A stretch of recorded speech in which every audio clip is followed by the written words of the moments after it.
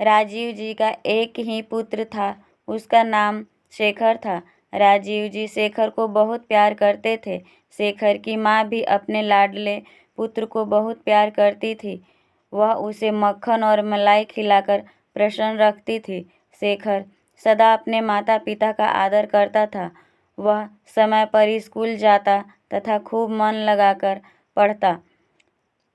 या दुर्भाग्यवश शेखर की मित्रता कुछ बुरे लड़कों से हो गई। वह बुरे लड़कों के साथ बाजार में घूमने लगा। वह जुआ भी खेलने लगा। इस वजह से शेखर स्कूल में अनुपस्थित रहने लगा। धीरे धीरे वह अपने याद किए हुए पाठों को भूल गया, जिससे अध्यापकों से उसकी पिटाई होती और परिणाम यह हुआ कि जब स्कूल में परीक्षा हुई तो वह उत्तीर्ण भी नहीं हो सका।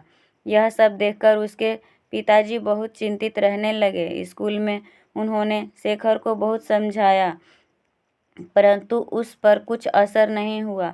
तब राजीव जी ने उसे समझाने का एक उपाय सोचा।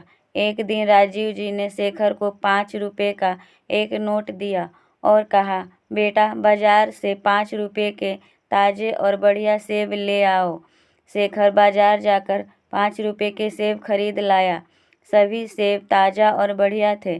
तब राजीव जी ने शेखर को 50 पैसे और देकर कहा, जाओ बाजार से एक सड़ा गला सेब और खरीद कर लाओ। शेखर सड़ा गला सेब ले आया। राजीव जी ने शेखर से कहा, सड़े हुए सेब को सभी अच्छे सेबों के साथ रख दो। शेखर ने पिताजी की आज्ञा अनुसार वैसा ही किया। दूसरे दिन राजीव जी ने शेखर से वे सेब मंगवाए और कहा, इन सेबों को खाओ।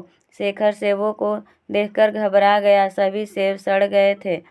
उसकी समझ में कुछ भी नहीं आ रहा था कि ऐसा कैसे हो गया।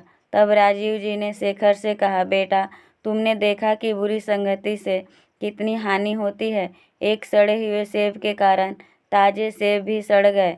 शेखर को अपनी पिताजी का बात समझ में आ गई और उसी दिन से शेखर ने बुरे लड़कों की संगति छोड़ दी। शेखर फिर से एक अच्छा बालक बन गया। प्यारे बच्चों, इस कहानी से हमें यह शिक्षा मिलती है कि बुरी संगति से अकेला रहना भला है, क्योंकि बुरी संगति हमारे चरित्र को विकृत कर देती है। पहला, हमें बुरे लोगों के बीच नहीं रहना चाहिए। दूसरा, बुरी संगति से अकेला रहना भला होता है।